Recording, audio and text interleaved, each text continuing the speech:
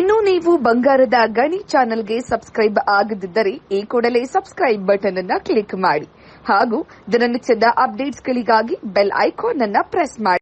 ಗದಗ ಜಿಲ್ಲೆಯಾದ್ಯಂತ ಕಳೆದ 4-5 ದಿನಗಳಿಂದ ಭಾರೀ ಮಳೆಯಾಗ್ತಾ ಇದ್ದು ಇದರಿಂದಾಗಿ ಗದಗ ತಾಲೂಕಿನ ಚಿಕ್ಕ ಹಂದಿಗೋಳ ಗ್ರಾಮದ ಬಳಿ ಇರುವ ಕೆರೆಯೂ ಭರ್ತಿಯಾಗಿದೆ.